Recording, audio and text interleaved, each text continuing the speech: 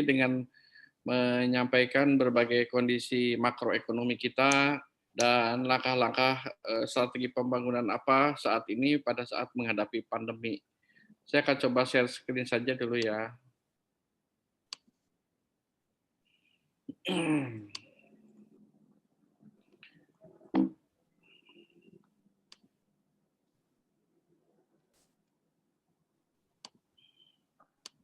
Kelihatan ya? Terlihat, Pak.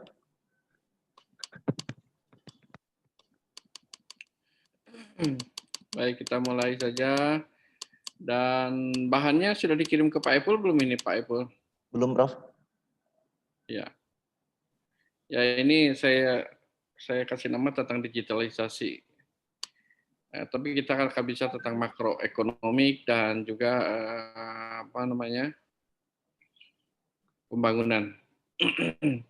Nah, mengapa UMKM sekarang ini saat ini semua bicara UMKM, semua kementerian pun membicarakan UMKM karena memang solusi untuk kembalinya ekonomi masyarakat kita itu ya suka tidak suka UMKM. Mengapa? Karena usaha besar tidak mudah recovery dalam waktu dekat begitu. Bukan karena saya di UMKM saja, tetapi juga karena memang tuntutan strategi untuk memulihkan ekonomi ini kelihatannya penguatan UMKM ini menjadi solusi terbaik. Hingga di 2021 ini Pak Presiden juga menyampaikan tentang pembangunan UMKM melalui penambahan anggaran. Jadi saudara-saudara sekalian, saya akan coba melihat begini tentang dampak ya COVID-19 ini terhadap ekonomi global.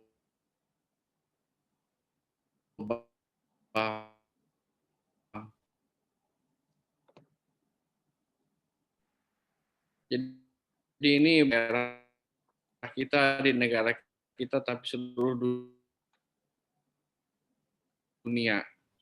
Jadi sampai dinyatakan terkena COVID itu dan 288 bukan masalah ringan ya. Ini masalah berat, masalah yang dialami oleh seluruh negara. Tapi ada juga dari 4,3 juta itu 1,5 juta ini sembuh. Sembuh bukan karena ditemukannya obat atau adanya vaksin, tapi memang daya tahan tubuh. Jadi dalam kondisi seperti ini kita perlu untuk memiliki daya tahan tubuh yang bagus, badan dengan imunitas yang baik, jangan lupa makanan bergizi dan berolahraga. Halo? Mohon maaf, Prof. Ininya ngeblank, Prof. Presentasinya. Ngeblank? Ya, hitam. Itu ya? Oke. Kita coba lagi. Sekarang? Sudah, Prof. Sudah. Oke. Nah ini luar biasa, ada 213 negara di dunia ini yang betul-betul menghadapi masalah yang serupa.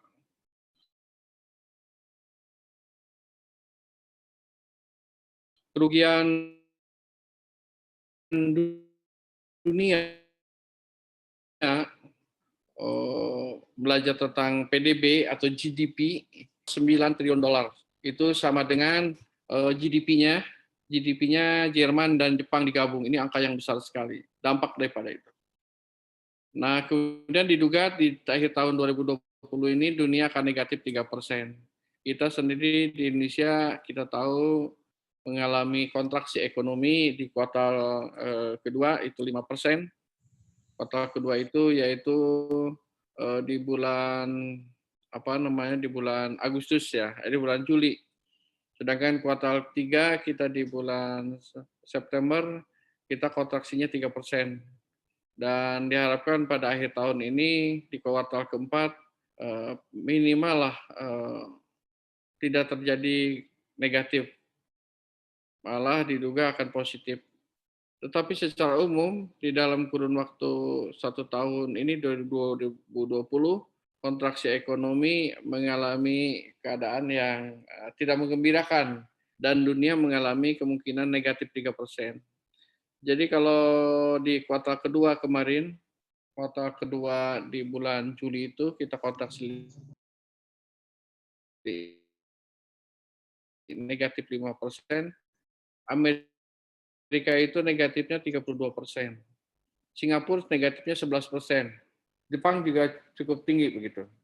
Ya. Seluruh negara mengalami kontraksi negatif, kontraksi ya, mengalami kontraksi itu dia mulai positif gitu. Betul-betul terpuruk. Jadi bicara tentang ekonomi makro, semuanya negara dalam kondisi sakit saat ini.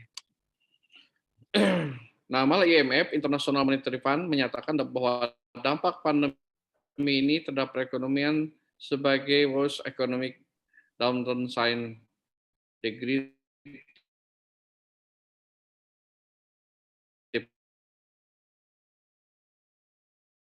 recession. Jadi depresi yang pun karena kontraksi negatif di 2 kuartal itu sebetulnya kondisinya dalam keadaan resesi ekonomi. Jadi ekonomi kita pertumbuhannya 0%, di bawah 0% malahan. Implikasi daripada itu nanti ada belajar di ekonomi makro. Jadi kalau pertumbuhan ekonomi itu 1% itu teori lama mengatakan bisa melahirkan kesempatan kerja sekitar 400.000. Kalau pertumbuhannya di bawah 0 artinya negatif, maka yang terjadi adalah angka pengangguran. Jadi pengangguran kita mengalami peningkatan, demikian juga dunia. Ya. Nah ini tadi yang saya katakan bahwa di 2020 dan juga di 2021 ekonomi dunia juga dalam keadaan masih sangat terganggu. Nah ini yang saya katakan kontraksi ekonomi pertumbuhan. Jadi kalau kita lihat ini kontraksi ekonomi global, ini seluruh dunia ini. Jadi seperti ini kondisinya di 2020 turun ke negatif 3%. Di 2021 diharapkan naik 5,8, tapi ini ramalan dugaan.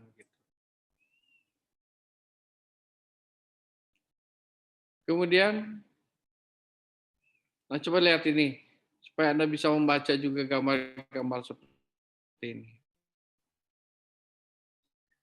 Jadi di bulan Januari 2020, World Economic Organization itu mendukung, faktanya di bulan April 2020, ramalan ini tidak benar, malahan jatuh sekali.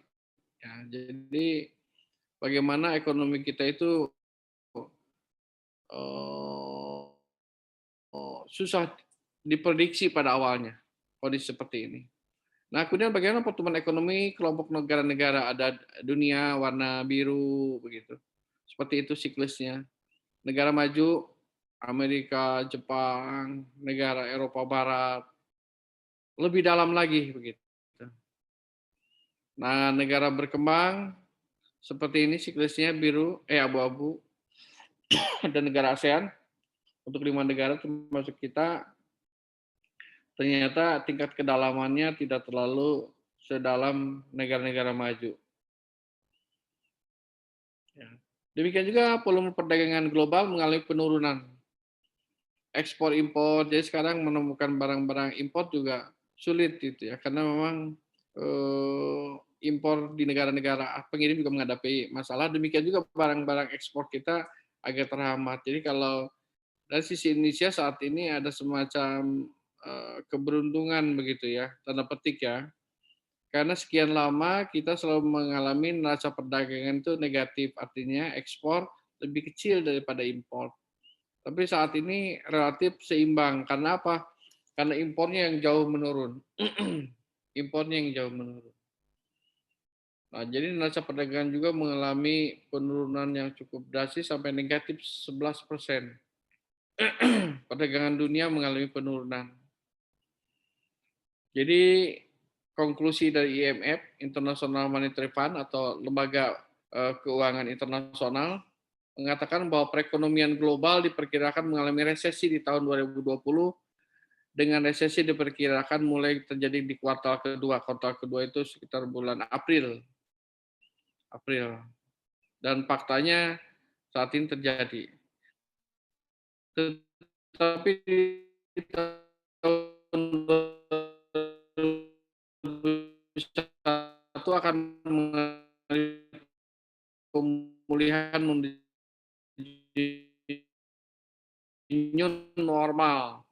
Tapi asumsinya pandemi corona faktanya tidak, saat ini masih masih mulai menggila, masih menggila. Jadi ini dugaan-dugaan di awal tahun JP Morgan mengasumsikan di 2020 ini negatif 1,1, kemudian EU juga sama.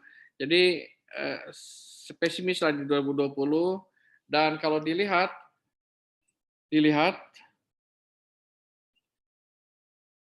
usaha apa yang terkena paling besar imbasnya dan terpuruk, tapi mana usaha yang mengalami sebut saja keberuntungan. Ini loser. Jadi usaha-usaha yang menjadi apa namanya lah, pecundang ya, menjadi pihak yang kalah. Tourism ya. Saya muter belakang ini ke Bali, ke NTB, NTT. Ini pariwisatanya lumpuh begitu. Demikian juga transportasi. Dari mulai transportasi darat, udara, laut mengalami penurunan yang cukup drastis. Ini bisnis yang saat ini mengalami keterpurukan luar biasa. Indonesia saja di kuartal keempat kemarin, kuartal ketiga, provinsi yang paling kena dampak dari COVID dengan pertumbuhan negatif paling dalam 12% negatif itu adalah Bali. Gitu.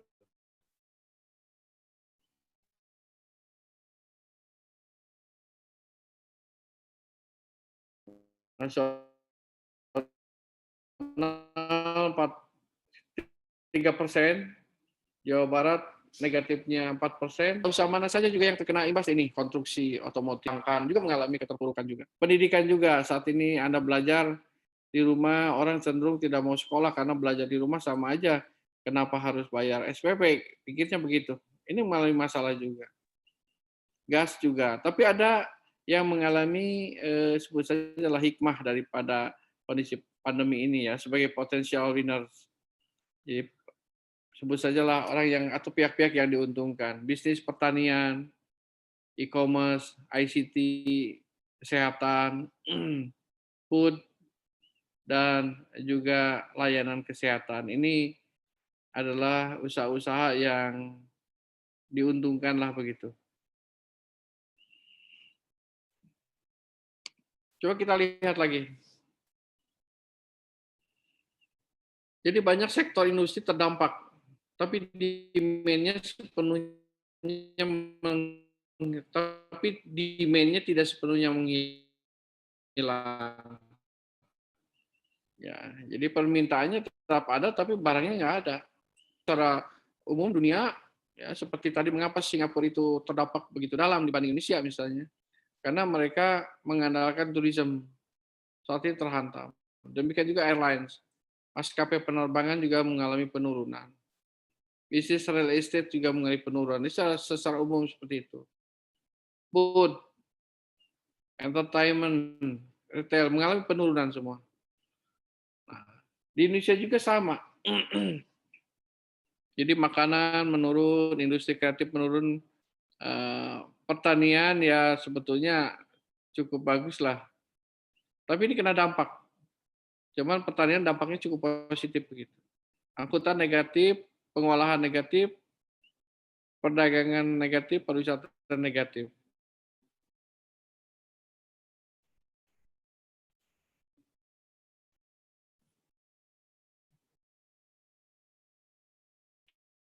Tapi terjadi peningkatan di sini, ya. Yang saya katakan tadi, alat-alat kesehatan, makanan, herbal mengalami peningkatan. Dalam kondisi seperti ini, kita harus berpikir tidak seperti biasanya. Gitu.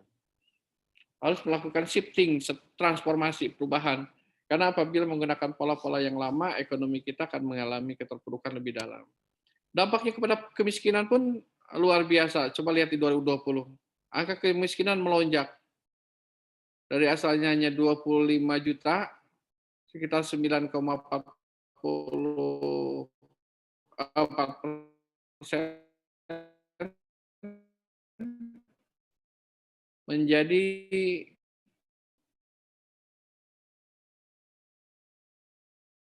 6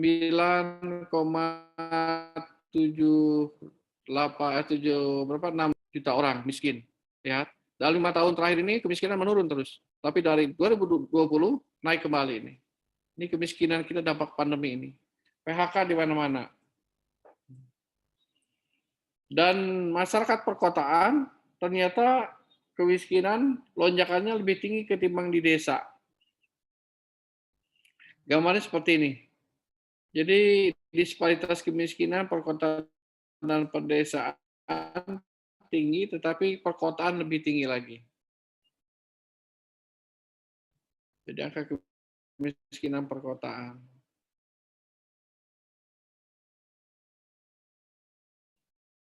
Nah, ini kajian di ekonomi pembangunan ya. Pembangunan pandemi ini, kemiskinan ini meningkat dan menghapuskan berbagai upaya yang selama ini kita bangun.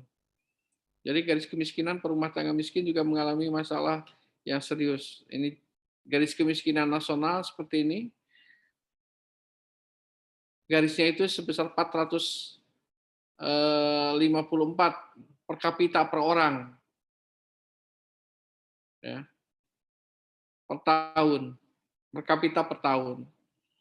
Ini garis kemiskinan. Jadi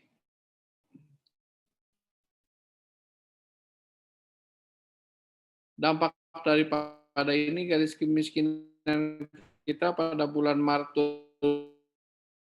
2020 secara rata-rata satu rumah tangga miskin di Indonesia memiliki 4,66 anggota rumah tangga. Jadi ini satu rumah tangga itu tanda petik dibebani oleh 4 sampai 5 orang di dalam rumahnya. Jadi kesimpulannya kemiskinan kita mengalami masalah yang sangat serius belakangan ini sebagai dampak dari munculnya pengangguran-pengangguran baru dan usaha yang terhenti.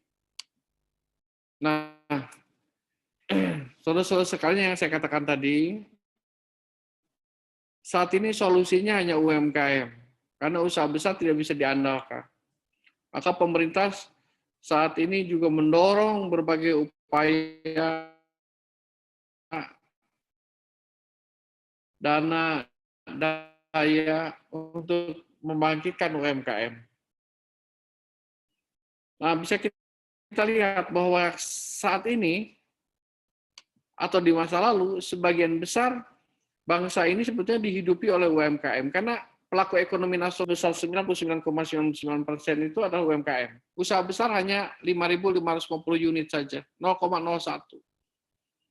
Nah, mengapa saya katakan bangsa ini tenaga kerja yang bekerja di UMKM itu 97%. Dan usaha besar yang kita mengenal dengan buruh, karyawan begitu, yang sering demo itu sebetulnya hanya menyerap 3% saja. Ya, jadi ini ironis begitu rekan-rekan mahasiswa ya, mestinya berjuang demo untuk membantu para tenaga kerja, pekerja yang ada di UMKM ini. Mereka tidak ada hak cuti, mereka tidak jelas berapa upahnya begitu. Kalau di sini jelek-jelek, kecil-kecil, sebetulnya tidak juga karena upah kita dibandingkan upah luar negeri juga sebetulnya, maksud saya negara-negara yang sepadan dengan kita itu juga cukup memadai lah. Tapi ini kemudian yang sering kita lihat meminta perbaikan nasib ya. Pada 97 ini 97% ini relatif tidak pernah diperhatikan. Celakanya mahasiswa yang nanti bila lulus itu kecemplungnya kebanyakan di sini, di 97 ini karena jumlahnya lebih besar. Lebih besar. Ini agar tahu saja petanya agar segala sesuatunya di dalam memutuskan Anda paham konteks berbasis data. PDB, nah ini PDB. PDB itu produk domestik bruto. Ya. Itu UMKM memberikan kontribusi 57%. Ya, usaha besar sekitar 42,76%. Ya. Kalau ini UMKM 57% ini diurai, sekitar 40% itu dikontribusikan oleh usaha mikro, oleh usaha-usaha kecil. Pedagang-pedagang kaki sering mengabaikan ini. Jadi ini potret mengapa UMKM menjadi penting. Dan ini fenomena ini, angka-angka seperti ini bukan hanya di negara kita, di negara maju pun, seperti di Jepang, UMKM itu pelaku usahanya 90%. Demikian juga di Singapura, di Amerika itu angka-angkanya juga cukup besar. Jadi yang ingin saya sampaikan, jangan sekali-kali meremehkan UMKM, karena UMKM ini adalah roh dan yang memberi kehidupan kepada bangsa kita khususnya. Demikian juga perannya cukup besar di berbagai negara. Mari kita coba lihat kondisi bulanan setelah kena dampak dari pandemi ini, mengalami gangguan yang luar biasa. Jadi rohnya ekonomi nasional kita terganggu. Jadi UMKM yang tidak memiliki pendapatan hingga harus menutup sementara aktivitas usahanya telah meningkat dari 34% pada Maret 2020 menjadi 48% pada bulan April. Biasanya jualan di pinggir sekolah, sekolahnya tutup. Dulu jualan di mall, mallnya juga ditutup juga begitu. Mereka tidak punya alternatif lagi, maka mengalami penurunan yang luar biasa. Ini juga berdampak terhadap tingkat kemiskinan. Jadi lihat ini kondisi keuangan setelah pandemi. Jadi perlu saya sampaikan, UMKM itu usaha mikro, itu ada regulasinya. Usaha mikro, usaha kecil, usaha menengah. Yang terkena dampak usaha mikro itu sebanyak 55,8%. Semakin gelap, keuangannya semakin parah. Kondisi keuangannya semakin parah, semakin gelap, semakin parah. Jadi dapat disimpulkan sekitar 55,8% usaha mikro menyatakan tidak lagi memiliki uang tunai dan tabungan untuk menjalankan kegiatan usahanya. Karena apa? Modalnya digunakan untuk makan sehari-hari, untuk biaya beli pulsa anaknya yang sekolah begitu. Ini kondisi seperti ini.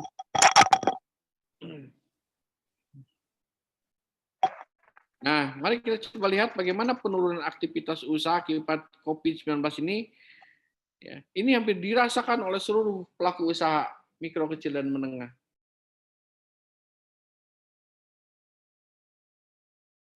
Masalah yang utama kendala pemasaran. Jadi kalau Anda mungkin dengar cerita dari orang tua Anda tahun 99 mengalami krisis ekonomi,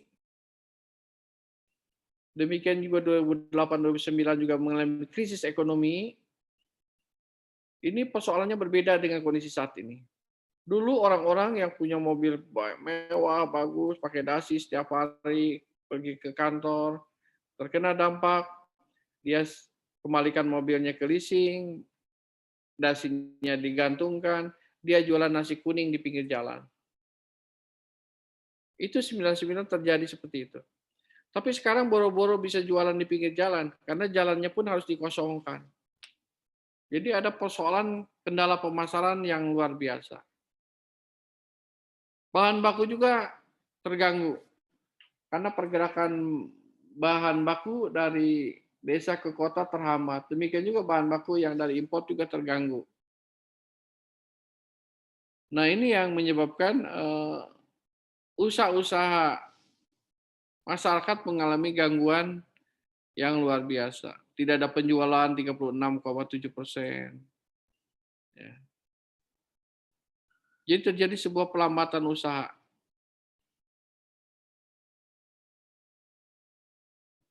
Nah, ini ada persoalan-persoalan.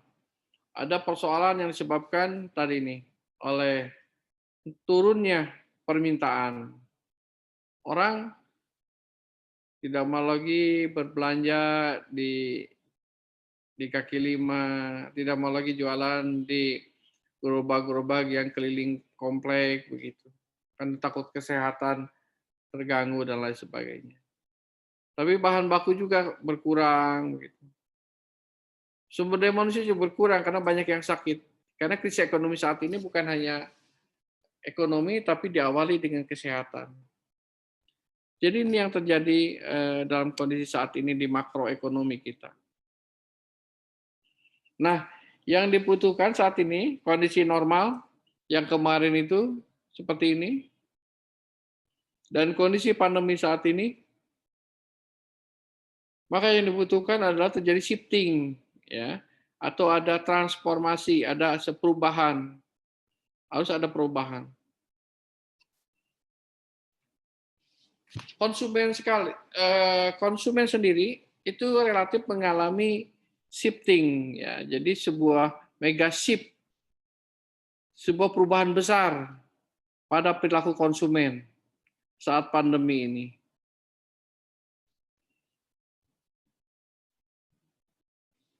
Perubahan pertama adalah munculnya empathic society. Jadi karena banyaknya korban nyawa akibat COVID-19 ini melahirkan satu sikap masyarakat yang penuh empati. Solidaritas ini dampak positif dari perubahan perilaku konsumen. Kemudian yang kedua adalah go virtual. Karena bersentuhan, berdekatan dengan orang banyak, takut, maka aktivitas usaha dilakukan secara virtual.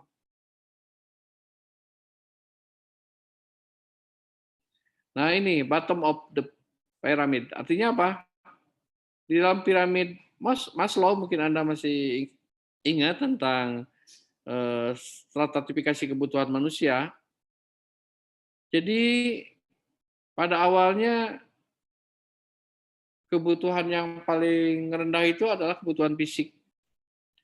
Dan tertinggi itu adalah aktualisasi diri begitu. Saat ini kebutuhan menjadi kembali ke awal, yaitu makanan yang sehat, kesehatan yang terjaga, dan keamanan. Jadi kebutuhan level paling bawah menjadi paling tinggi saat ini. Orang sekarang berduyun-duyun mencari makanan yang sehat, sampai lada, sereh, jahe menjadi buruan. Makanan-makanan herbal yang menyehatkan itu juga diburu. Kesehatan diperiksa, rapid, swab, gitu. Itu membutuhkan biaya. Jadi belanjanya luar biasa sekarang ini. Banyak masyarakat yang mendahulukan membeli masker begitu, ketimbang bedak saat ini. Nah, ada perubahan yang selain karena kecenderungannya tinggal di rumah, maka gaya hidup juga berubah. Jadi hidup di rumah, pesan makanan pakai apa namanya itu, pakai pesan dengan virtual ya, Gojek, Gosen dan lain sebagainya, GoFood. Nah ini perubahan perilaku konsumen saat mengalami kondisi seperti saat ini. Ini artinya apa? Artinya bisnis e-commerce menjadi tumbuh sangat pesat belakangan ini. Termasuk juga Anda menggunakan Zoom. Kalau dulu Anda kuliah pergi naik angkot, naik ojek atau bawa motor sendiri, beli bensin begitu. Sekarang yang Anda butuhkan saat ini beli pulsa begitu. Sebuah perubahan pola hidup. Ya, perubahan pola hidup. Maka e-commerce kita meningkat tajam. Jadi bulan Maret 2020 saja volume transaksi e-commerce kita mencapai 98,3 juta atau meningkat 18,1%. Ini di bulan Maret. Saat ini akan semakin tinggi lagi. Jadi telah terjadi sebuah perubahan perilaku masyarakat yang mulai menggunakan digital. Ya. Ini ada kenaikan-kenaikan dari e-commerce.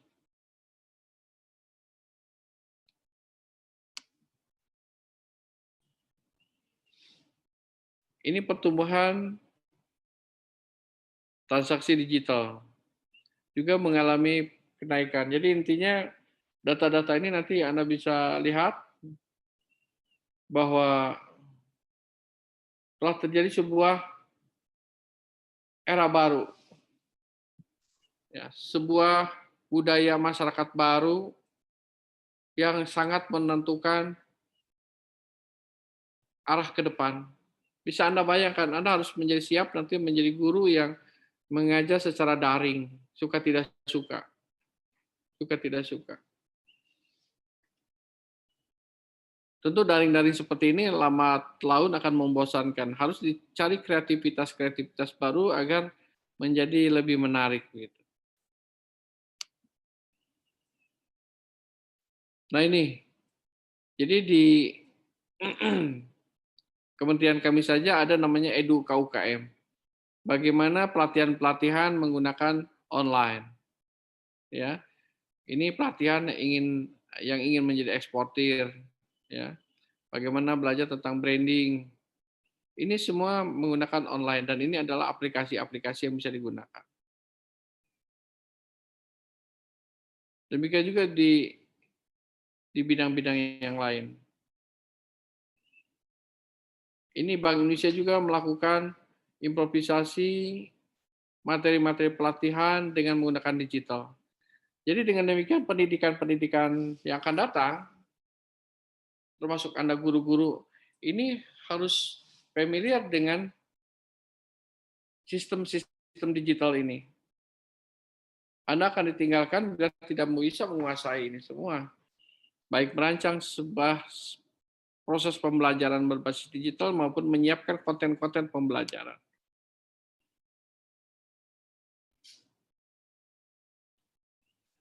Tentu ada tantangan ya di dalam konteks ekonomi kita pada saat terjadinya digitalisasi, transformasi digital.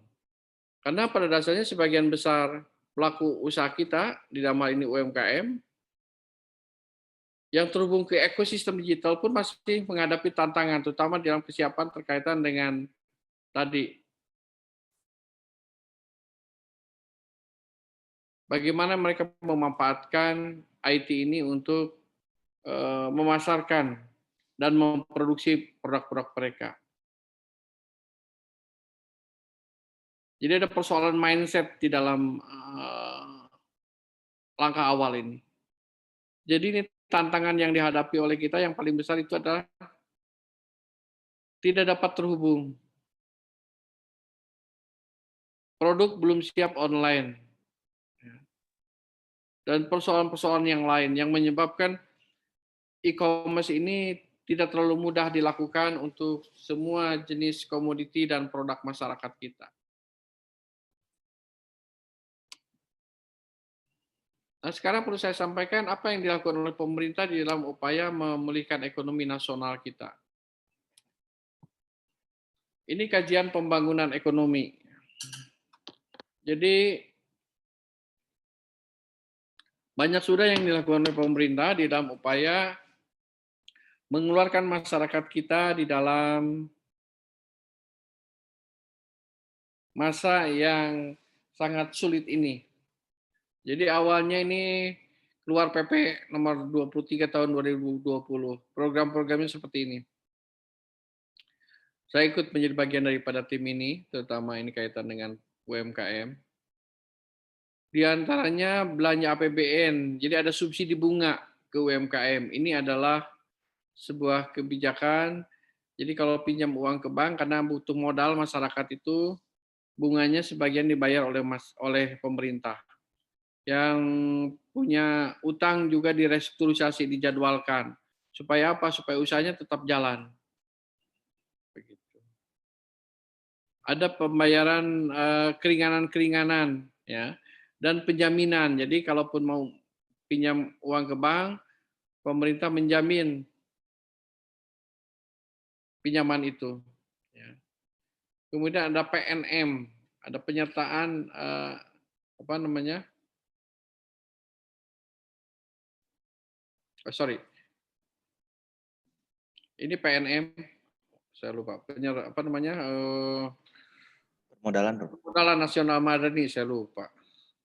Saya komutnya saya lupa. Karena ada PNM, ada PMN.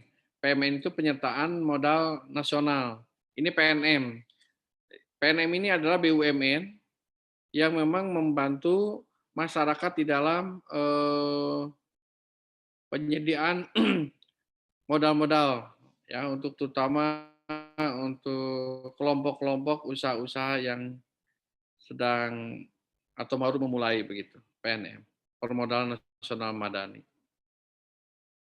Ini adalah BUMN. Kemudian investasi pemerintah. Tapi saya pikir ini bukan PNM ini mestinya. PMN, penyertaan modal nasional ini, bukan Permodalan Nasional Madani ini. Mungkin salah ketik ini. Jadi penyertaan modal nasional untuk BUMN, untuk Garuda, untuk Telkom, itu ditambah modalnya lah oleh negara. Kemudian program PEN. Jadi ini adalah program-program baik subsidi bunga maupun penundaan pembayaran pinjaman bagi UMKM. Nah, rekan-rekan mahasiswa juga ini perlu disampaikan karena sosialisasi ke bawah ini bervariasi sekali. Banyak juga tidak sebagaimana yang kita harapkan di Jakarta. Ini dukungan UMKM dari pemerintah melalui program PEN ini. Total dananya sekitar 123,46 triliun untuk ini. Kemudian dukungan untuk BUMN, termasuk di dalamnya adalah PMN ini, penyertaan modal nasional.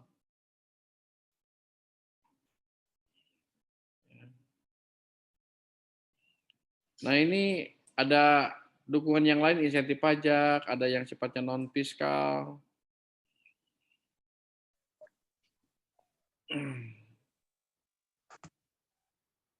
Hal-hal yang lain untuk memperkuat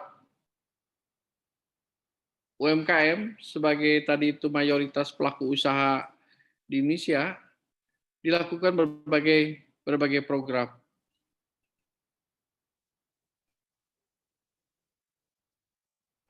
Ada ini yang saat ini sedang dikembangkan di Bandung, malahan di Arya Duta. Ya, beberapa program ini kita launching besok di Bandung, di Arya Duta. Insya Allah saya juga ke sana. Nah, ini beberapa program yang kita lakukan di masa pandemi maupun nanti di new normal. Saat ini masuk new normal, walaupun ini di masa antara kita, masa pandemi dan juga new normal. Tapi nanti ada masa yang akan datang yang jelas akan berubah. Ada berbagai hal yang mungkin nanti kita jelaskan lebih detail, karena ini semua adalah strategi pembangunan kita untuk kembali ekonomi kita pulih.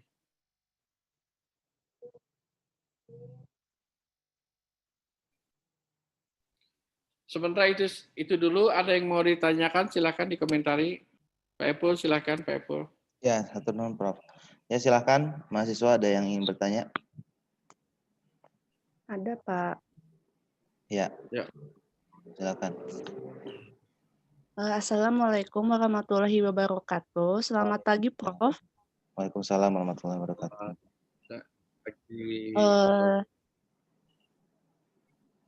Jihan mau bertanya Prof. Kan sekarang banyak sekali ya Prof bantuan-bantuan dari UMKM untuk usaha-usaha kecil. Nah, dengan bantuan tersebut sangat membantu sekali bagi pedagang atau usaha-usaha untuk melanjutkan usaha-usahanya. Nah, bantuan tersebut diberikan dengan sebesar dananya 2,4 juta. Nah, apakah program tersebut akan terus berlanjut setelah pandemi ini berakhir atau pada saat ini saja, Prof? Makasih, Prof. Iya.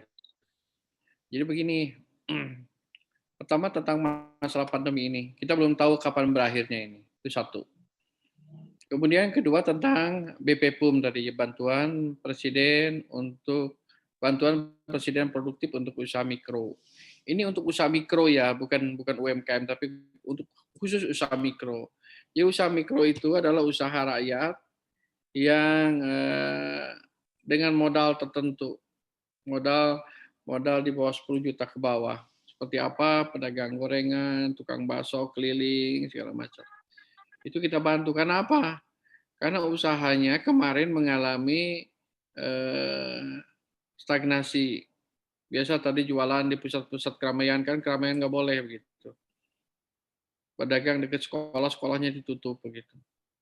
Nah, ini harus mereka diaktifkan kembali. Idealnya di dalam teori ekonomi manapun, teori bisnis manapun, para pelaku usaha itu harus memiliki kecenderungan, bukan diberi, bukan mendapat hibah, tapi meminjam kepada bank. Cuman kita tahu usaha mikro ini tidak mungkin saat ini memiliki ya persyaratan-persyaratan yang diinginkan oleh perbankan. Jadi bahasa teknisnya tidak memiliki akses ke perbankan. Maka pemerintah membantu agar mereka memiliki akses ke perbankan. Dibantulah dengan program Presiden ini, BP PUM 2,4 juta. Disalurkannya ke bank dengan harapan si pelaku usaha mikro itu mempunyai rekening di bank dan biasa bertransaksi dengan perbankan. Jadi tahun ini, di 2020 ini, sudah hampir seluruhnya sebesar 12 juta, itu tersalur totalnya 28 triliun. Tapi itu memang belum semua bisa terlayani, karena usaha mikro sendiri ada 60 juta. Jadi dari 64 juta UMKM itu usaha mikro 60 juta. Jadi masih belum. Nah, kemarin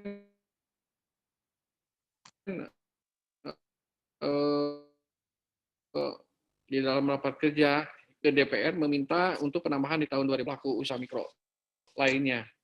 Tapi sekali lagi, pada kondisi yang sudah baik, kita berharap, berdoa agar pandemi ini berakhir. Tentu saja program-program hibah ini harus diperkecil. Yang terjadi adalah bila modal dibutuhkan oleh pelaku usaha mikro, kecil, menengah, itu mereka berhubungan dengan lembaga-lembaga pembiayaan. Nah, tinggal tugas pemerintah menyediakan lembaga pembiayaan dengan proses yang mudah dan murah. Ya, jadi ada lembaga pembiayaan seperti perbankan, BRI, BNI yang di bawah BUMN, itu juga Himbara di bawah milik pemerintah. Tapi ada lembaga pembiayaan keuangan rakyat lainnya, seperti tadi saya katakan permodalan nasional Madani,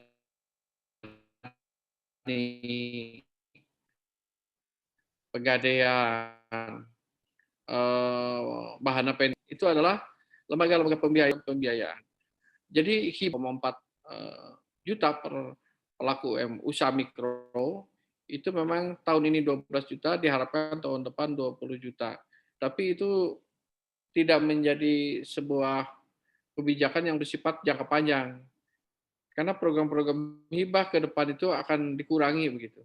Karena program hibah itu membuat masyarakat menjadi tergantung begitu. Ini tidak boleh terjadi. Begitu ya. Coba tadi Jihan ya. Jihan, Prof. Ya. Oh iya, Prof. Makasih, Prof. Sama-sama. Bagus ya. Silakan yang lain. Silakan yang lainnya.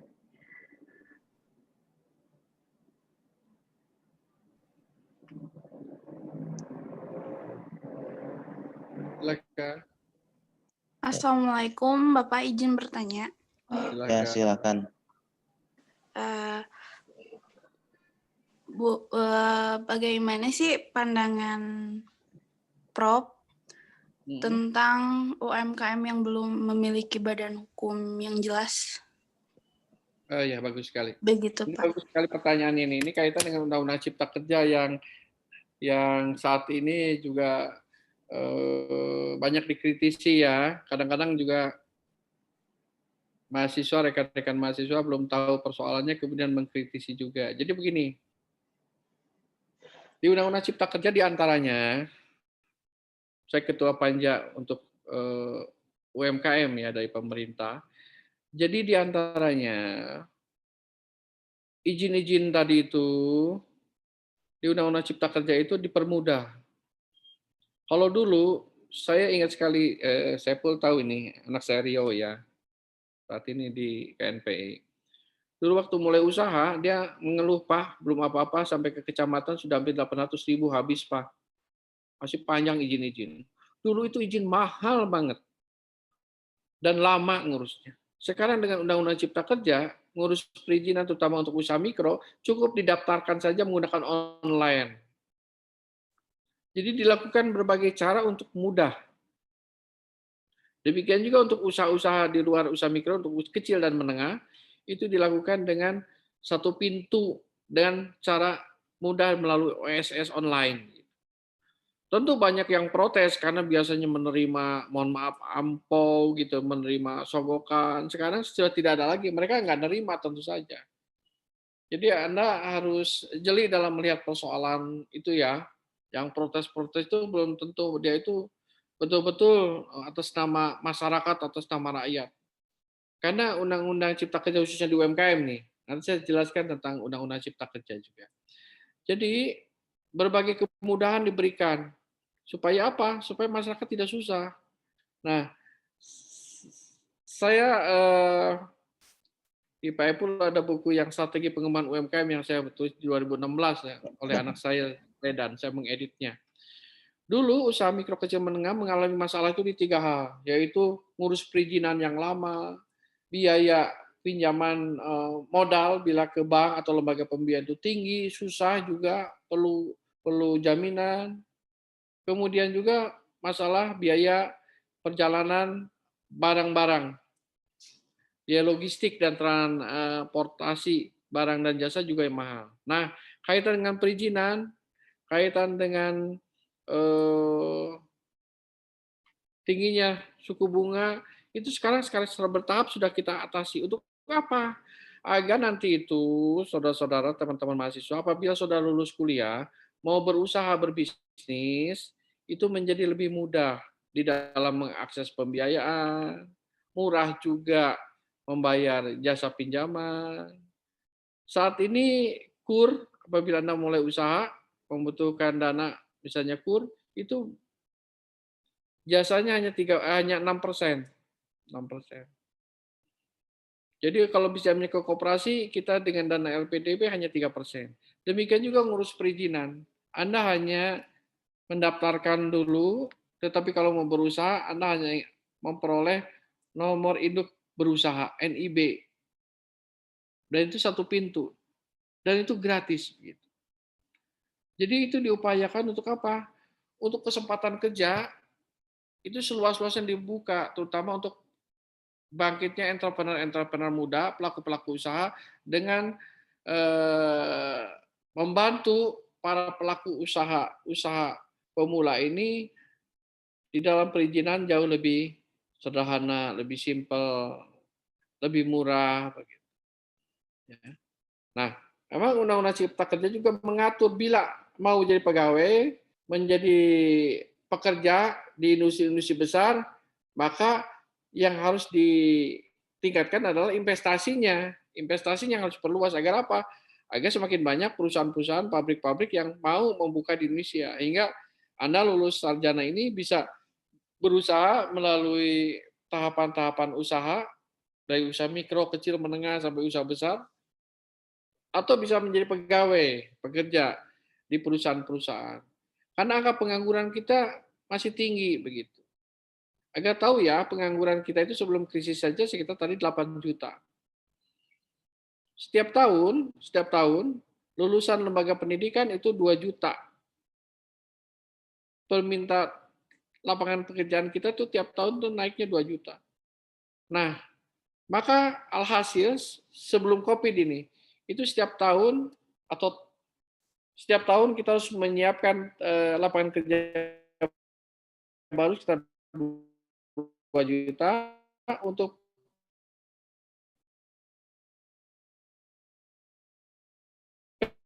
cari kerja yang lama itu 8 juta, 10 juta. Tadi secara teori itu kan satu tenaga kerja baru.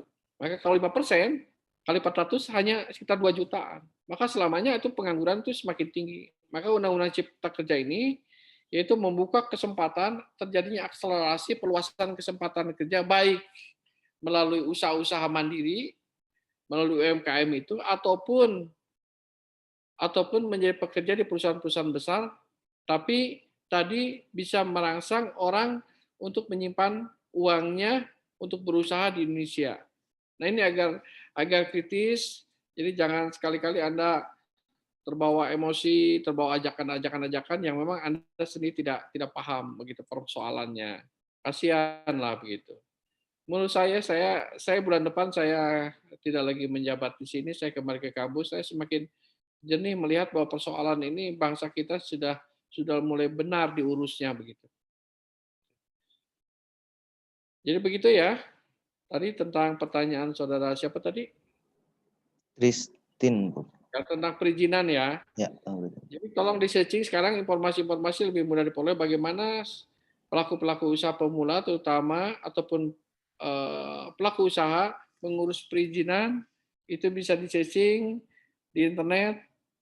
Tidak lagi usah menggunakan calo-calo ataupun siapapun berseragam maupun tidak berseragam, Anda hanya bisa berkomunikasi melalui online. Begitu ya.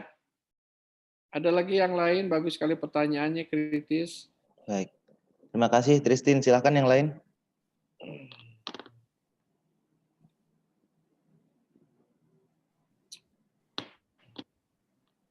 Ini di rumah ya, bisa sambil minum, sambil makan, silakan aja.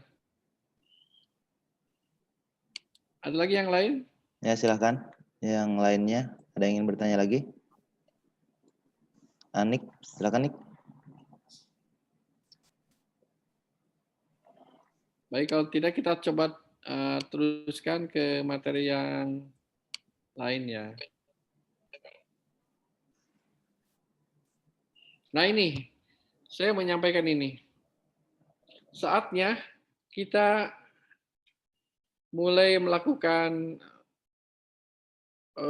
perubahan dalam pola perilaku kita. Saudara-saudara, saya katakan tadi, kita sekian lama mengalami kondisi secara makro defisit neraca perdagangan.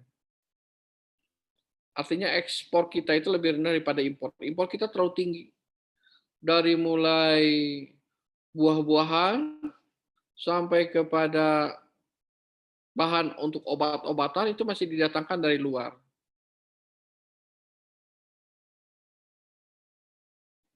Tas, sepatu, banyak sekali serangan-serangan dari produk luar. Nah, kondisi saat ini di mana negara-negara di sekitar kita mengalami masalah yang sama amat serius dan lebih keras daripada kita, mereka kemudian menghentikan produksinya dan importnya dan ekspornya dan impor kita menjadi menurun. Inilah momentum untuk kita mulai menjadi bangga buatan Indonesia. Agar apa? Agar ketergantungan kita kepada barang-barang impor itu semakin berkurang. Manfaatkan karya-karya, produk-produk, hasil-hasil yang dihasilkan oleh teman kita, student kita. Jadi ada berbagai upaya yang dilakukan oleh pemerintah untuk melindungi para produsen, penghasil, maupun juga ya para pelaku usaha yang menghasilkan barang-barang untuk memperoleh kepastian pasar. Di antaranya adalah kita, di antaranya ada negeri. Nah ini mohon menjadi sebuah sikap mental kita. Jangan pernah berpikir bangga menggunakan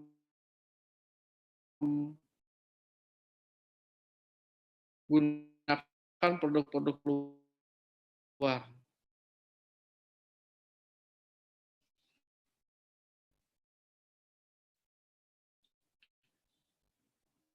Nah, karena apa? Kita berharap bahwa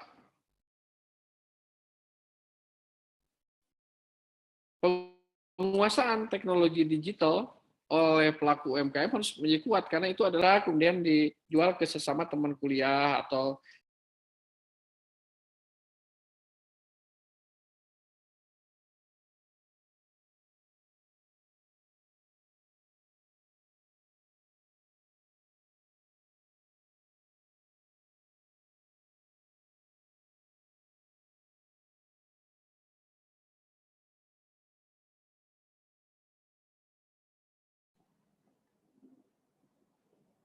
Halo, Prof. kedengaran suara saya? Kedengaran, kedengaran.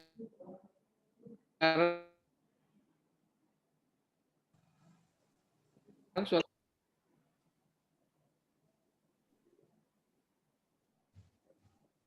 Oke. Nah, ini adalah negeri. Ini kajian ekonomi pembangunan, ya. Bagaimana kemiskinan, bagaimana pengangguran dapat diatasi, di antaranya dengan meningkatkan produk-produk dalam negeri.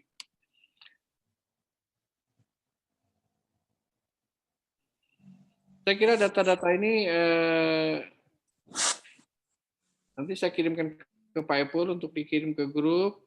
Untuk apa dikaji data-data tentang banyak hal, tentang ekonomi kita, supaya apa? Supaya kita di dalam bersikap itu juga dipandu. Ini adalah ekosistem digital. Ini yang harus dibangun. Ini adalah masanya generasi seusia Anda berperan. Jangan sekali-kali Anda berpikir lagi mau seperti kami. Anda harus menjadi manusia yang lain, yang lebih melek teknologi, melek ekosistem. Jadi di dalam usaha yang dikembangkan oleh generasi yang akan datang, itu akan sangat berbeda dibanding masa lalu. Ya. Saya merasa, ya jujur saja saya merasa berdosa ya, sebagai dosen mestinya rekan-rekan mahasiswa khususnya yang ada di Bandung itu bisa lebih sesering mungkin melihat berbagai kenyataan-kenyataan, terutama Jakarta lah, karena di sini banyak atur yang lama, banyak sekali ilmu-ilmu yang baru yang bisa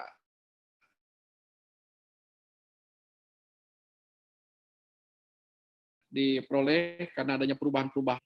Nah, sekarang saya bercerita tentang koperasi, ini bicara ekonomi juga. UMKM saya katakan kalau mereka berkiprah, berusaha, selalu akan menghadapi berbagai kendala terutama persaingan, pasti itu. Maka solusinya adalah berkolaborasilah, bergabunglah.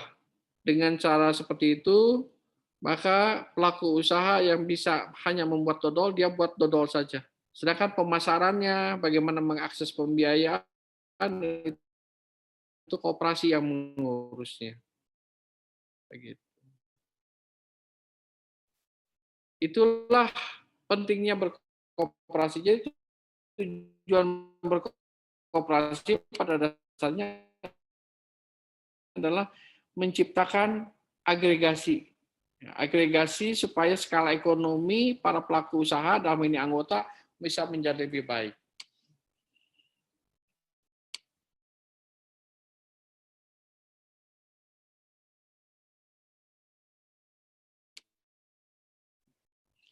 Itu tujuan berkooperasi itu tadi itu, menciptakan sebuah keadaan di mana para anggotanya yang diharapkan merupakan pelaku UMKM. Kalau seorang pembuat sepatu, tetangganya juga membuat sepatu, bila mereka berjalan sendiri-sendiri, maka sepatunya itu akan bersaing di pasar satu sama lain. Tapi bila mereka bergabung dalam bentuk koperasi, maka diuntungkannya mereka bisa membeli kulit bersama-sama. Karena membelinya dalam jumlah yang banyak, maka harganya bisa lebih murah. Memberi lem bersama-sama, harganya jauh lebih murah. Itu koperasi. Dengan kebersamaan itu membuat bisa bersama-sama melakukan pelatihan-pelatihan untuk meningkatkan kualitas produknya. Itulah berkooperasi. Jadi kooperasi itu alat pembangunan ekonomi untuk membangun sebuah komunitas pelaku usaha yang lebih memiliki daya saing, yang baik. Karena apa? Karena skala ekonomi menjadi sangat menguntungkan bagi para pelaku usaha. Nah, ini barangkali nanti bahannya saya kirim via WA ke Pak Epul, mohon disebarkan dan bisa dikirim saja. Kalau pertanyaan silakan melalui chatting juga nggak apa-apa. Kalau malu menyampaikannya bisa bicara melalui chatting. Apa yang mau ditanyakan silakan. Di chatting saja deh kalau malu bicara. Silakan Pak Epul. Ya, silakan mahasiswa, apakah ada yang ingin ditanyakan lagi? Tadi sudah ada dari Nurjihan dan Nian tadi yang sudah bertanya. Silakan yang lain.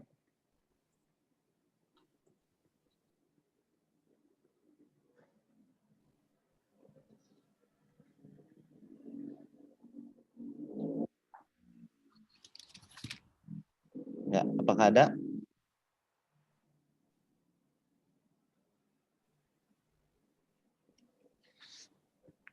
Nah, enggak. Saya sekarang mau nanyakan dulu. Tulis ya. Anda pernah mendengar, saya nulis di chatting nih. Coba cari, nanti kita diskusikan. RCEP. Apa yang Anda ketahui tentang RCEP? RCEP. Dibacanya RCEP. RCEP. Kan ini baru ditandatangani kemarin 15 November oleh Pak Presiden. Coba saya ingin tahu, Anda tahu nggak RCEP itu apa? Itu sebuah kerjasama ekonomi regional yang bersifat kawasan di Asia. Ya. Katakan selain negara ASEAN juga Jepang, Korea, Cina, ya. Australia juga masuk, Selandia Baru masuk. Hanya India saja di Asia yang tidak ikut. Itu negara-negara yang bila digabungkan itu sepertiga PDB dunia itu ada di situ. Nah, saya ingin Anda membaca tentang itu, RCEP ini. Karena ini akan sangat menentukan gerakan ekonomi kita ke depan. Ini sebuah konsep perdagangan multilateral di berbagai negara. Ada sekitar 10 negara yang terlibat. Ada 15 negara, 10 negara ASEAN dan 5 negara yang lainnya yang terlibat menjadi anggota RCEP ini. Tolong dibaca itu dan dibuatkan resumenya Pak Saiful, teman-teman didorong untuk membaca dan kemudian dibuatkan sebuah tulisan 1 lembar saja komentarnya tentang RCEP. Kalau saat ini ada yang berani menyampaikan apa yang Anda ketahui tentang RCEP, saya kasih hadiah sebuah buku. Ya, silakan. Silakan. Mau disampaikan, tertulis, mangga, ditulis di chatting juga silakan.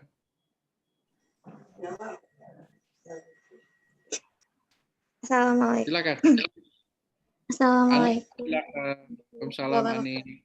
Waalaikumsalam warahmatullahi wabarakatuh. Prof dan Pak Saiful izin menyampaikan mengenai RCEP itu. Tadi saya searching gitu di Googling. Itu kan sebuah perjanjian antar 10 negara ya Prof yang ada di anggota ASEAN. Nah, tapi di sini itu dikatakan bahwa perjanjian virtual ini tuh dipandang hanya menguntungkan negara Cina saja begitu. Jadi karena di sini RCEP itu dipandang menguntungkan negara Cina dan negara India itu kan tadi kata Prof tidak ikut tidak ikut perjanjian RCEP ini. Nah, di sini dijelaskan karena khawatir akan barang murah Cina yang nantinya memasuki negara tersebut. Nah, saya juga sekaligus ingin bertanya, apakah memang benar RCEP ini tuh hanya menguntungkan negara Cina saja, jadi hanya sebagai sebagai strategi Cina gitu untuk menguasai pasar ASEAN atau bagaimana, Prof? Ya, mitra itu kerjasama ya. Ini siapa barusan? Anik, Terima Prof. kasih ya, ininya sudah saya terima. Reja ya? Siapa? Barusan Anik ya? Anik, Prof. Anik Reja juga sudah mengirimkan. Jadi di Anik. sini ada 10 negara ASEAN dan 6 negara lain, termasuk India, tapi India keluar, jadi tinggal 5. Jadi 15 ya. Anik Iya, sudah ya. punya pacar? Anik sudah punya pacar? Belum, enggak, Prof. Ya. Kedengaran tidak, Nik? Ya, Sudah sebentar. punya pacar belum, Anik? Enggak, Prof. Apa nggak kedengaran? Ya, Prof, belum. Belum, oh iya. Pengen punya pacar nggak? Untuk saat ini mungkin enggak. Kedepannya? Enggak tahu, Kedepannya? Prof. Kok nggak Kalau tahu? kalau kata Mama fokus dulu kuliah gitu. Baiklah. Jadi begini, tapi punya sahabat ya? Punya Kalau teman? sahabat, ya insya Allah punya banyak. Banyak. Kenapa kau mau bersahabat sih? Kenapa mau banyak berteman? Kenapa? Nanti kamu dimanfaatin oleh teman-temannya. Jadi Untuk kesimpulannya begini, di dalam bersahabat, bermitra, atau berkolaborasi di bidang ekonomi dalam bentuk kerjasama itu pasti ya, termasuk Anda punya pacar, punya suami, tentu di situ ada saling mempengaruhi ya. Kalau kita semua serba khawatir, kata Mama itu, janganlah punya pacar dulu, jangan menikah. Padahal misalnya nanti Anik semakin lama semakin dewasa. Apa hidup memang mau sendiri? Kan juga tidak. Jadi namanya kerjasama adalah, prinsip utama adalah simbiose mutualistik. Apa itu simbiose mutualistik? saling Ya, menguntungkan, Prof. nah, saling menguntungkan itu kerjasama. Itu kerjasama. Jadi pada dasarnya kerjasama itu bisa saling menguntungkan nilai dasarnya. Nah, di dalam konteks RCEP ini, tentu saja dalam kondisi seperti itu ada yang diuntungkan dari sisi ini, tapi juga ada yang dirugikan sisi ini, tapi dia diuntungkan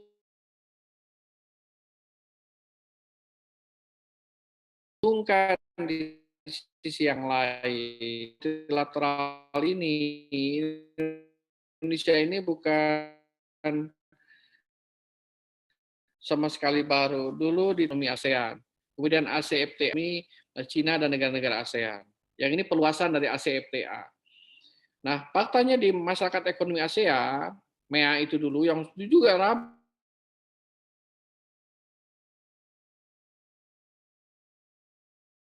itu seperti itu juga pikiran, nanti kita akan diserang oleh negara-negara yang lain. Faktanya kita beberapa produk juga berkembang di negara-negara ASEAN yang lain. Demikian juga negara-negara yang lain bisa juga menjual produknya. Saya kira itu kan inti daripada kebersamaan. Pasti akan saling. Tapi kalau kita mulainya dengan pikiran jelek, nanti takut. Janganlah menikah, nanti takut dibohongi oleh laki-laki begitu. Janganlah berteman dengan itu, nanti kamu dimanfaatin. Janganlah kamu pergi kuliah, nanti ketabrak mobil. Jadi kalau semuanya dimulai dengan rasa khawatir, ketakutan, kita tidak mungkin bisa bekerja sama. Tapi kalau kita melihat dari sisi positif, kalau kita punya betan, pada saat mereka punya masalah, kita bisa saling membantu. Di dalam konteks kerjasama ekonomi, saya kira yang paling penting adalah bagaimana kita ini menjadi bangsa yang kuat, yang tidak mudah. Ya. Kalau produk-produk Cina itu terkenal murah, di Indonesia ini contoh, Anda tadi pernah lihat ke jalan, mungkin banyak menemukan mobil. Tapi mengapa mobil Cina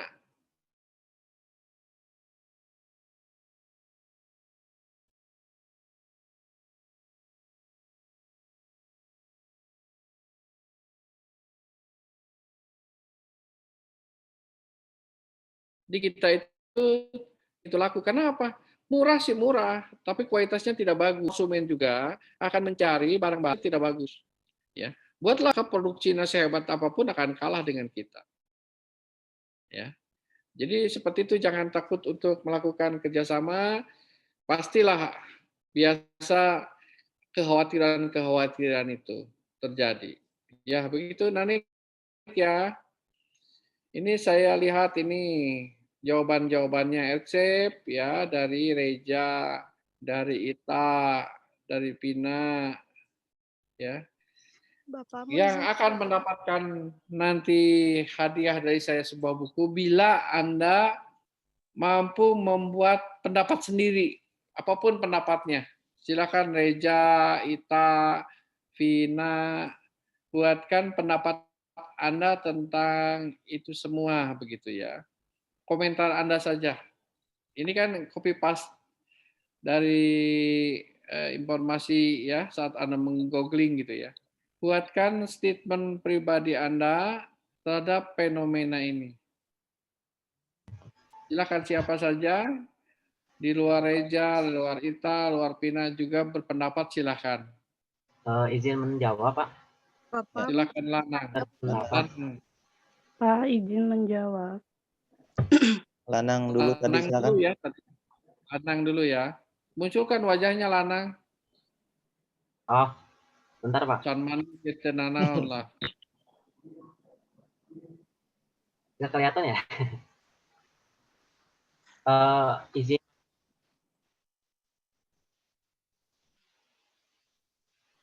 Ya, Lanang suaranya belum keluar. Belum keluar. Nah, sudah. Izin. Ya. Menurut saya RCEP itu merugikan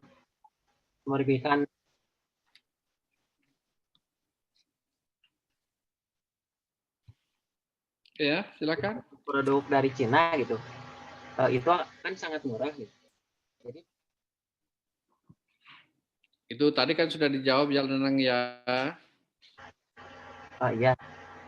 Jadi bakal merugikan perusahaan-perusahaan Indonesia karena dari segi harga pun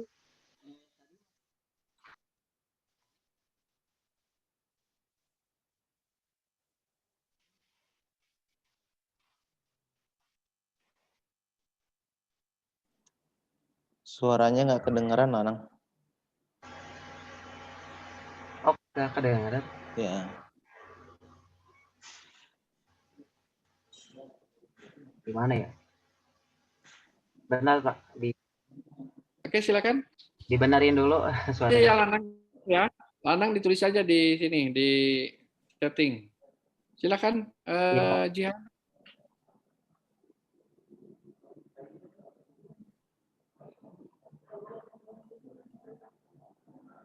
Ya, Jihan, silakan Jihan.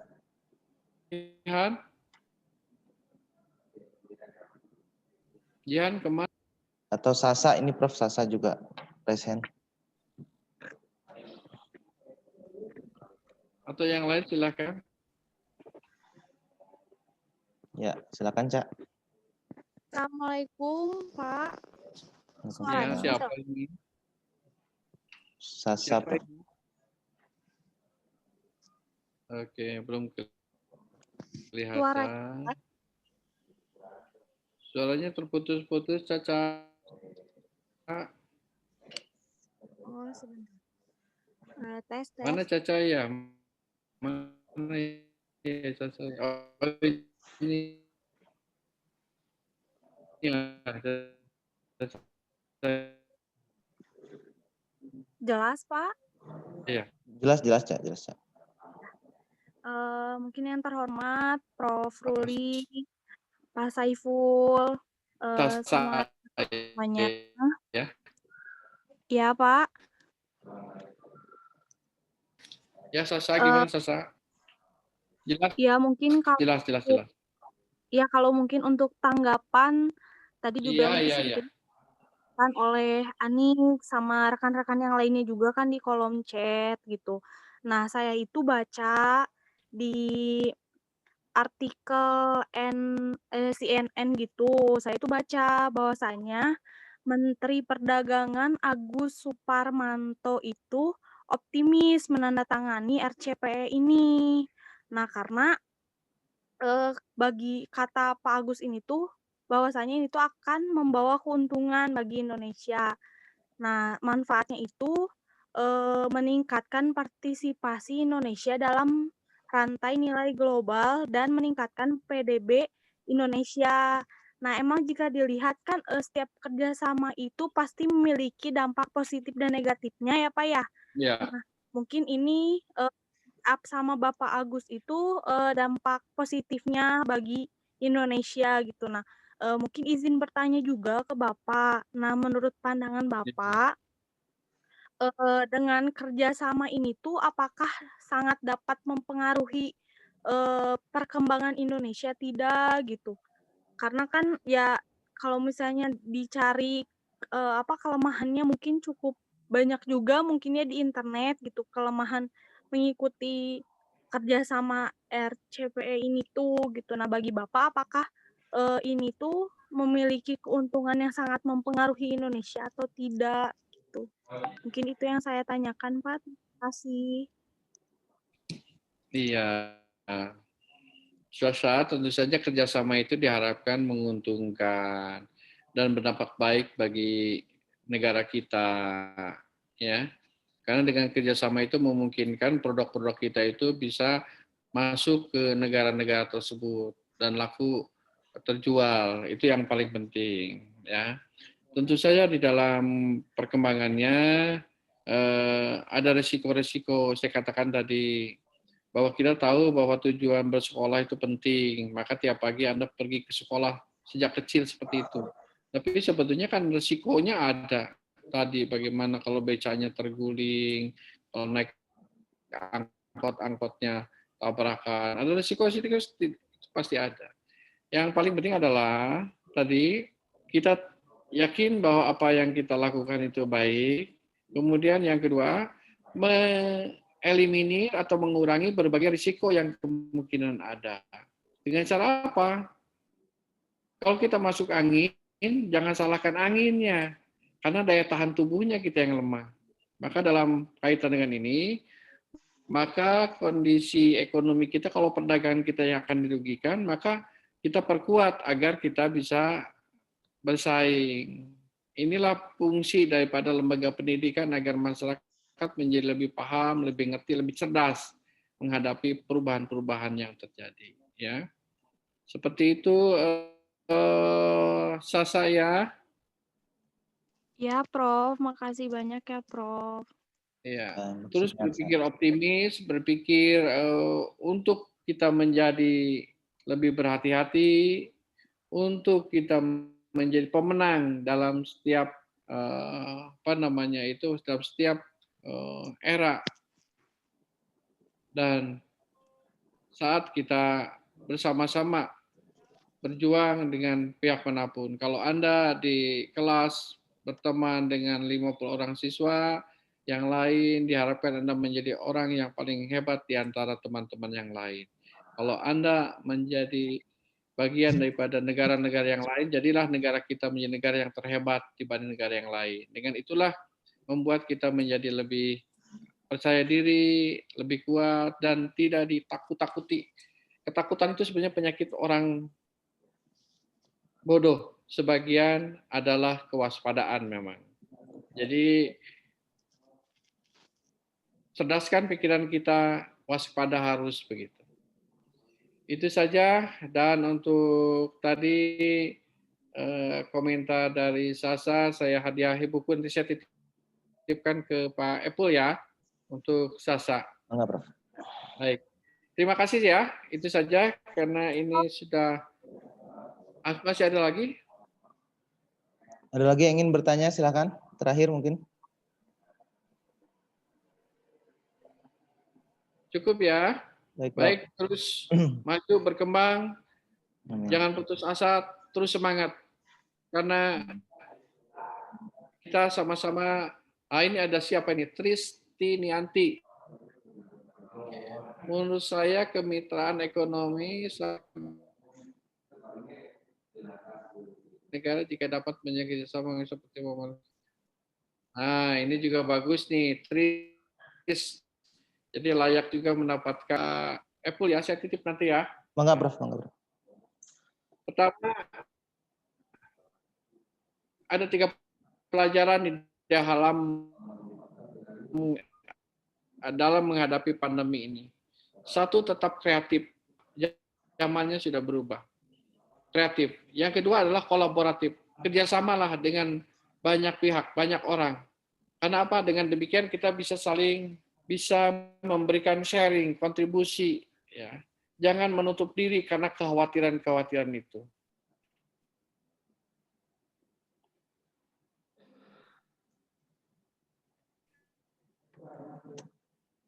Kolaboratif yang kedua. Bentuk formal kolaboratif itu adalah koperasi. Kemudian jangan Anda puas saja sekarang dari Ciparai sudah sekolah di Bandung, sudah cukup Anda dengan berbagai bangsa di negara-negara yang lain maupun juga rekan-rekan kita, saudara-saudara kita di berbagai belahan di tanah air kita. Dengan cara seperti itu, peluang itu tidak pernah datang dari dalam, selalu peluang itu datang dari luar. Saudara, semakin memperluas konektivitas Anda, maka semakin besar peluang yang Anda miliki. Itu saja, terima kasih. Wassalamualaikum warahmatullahi wabarakatuh. Waalaikumsalam warahmatullahi wabarakatuh. Waalaikumsalam. Terima kasih, Prof. Semangat ya. Ya, Prof. Terima kasih, Prof. Baik, terima kasih ke Prof. Ruli. Jadi nanti ini saya sudah record hasil rekamannya. Silakan nanti kalian juga bisa akses di e-learning seperti yang mata kuliah Medlit kemarin juga sudah saya record dan sudah saya upload di e-learning. Nah, kemudian nanti untuk Sasa dan untuk Nian, nanti bukunya mungkin Prof. Ruli akan titipkan ke saya. Nanti bisa diambil di saya untuk bukunya. Demikian untuk pertemuan di pagi hari ini. Saya ucapkan terima kasih banyak. Jangan lupa ini saya kasih link untuk absen. Silakan kalian mengisi absen sebentar.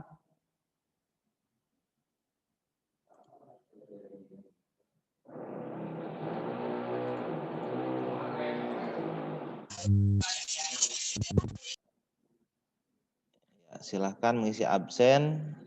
Saya kasih waktu 10 menit untuk mengisi absen. Jadi karena kuliah ini berakhir jam 8.40, absensi ditutup jam 8.40, gitu ya.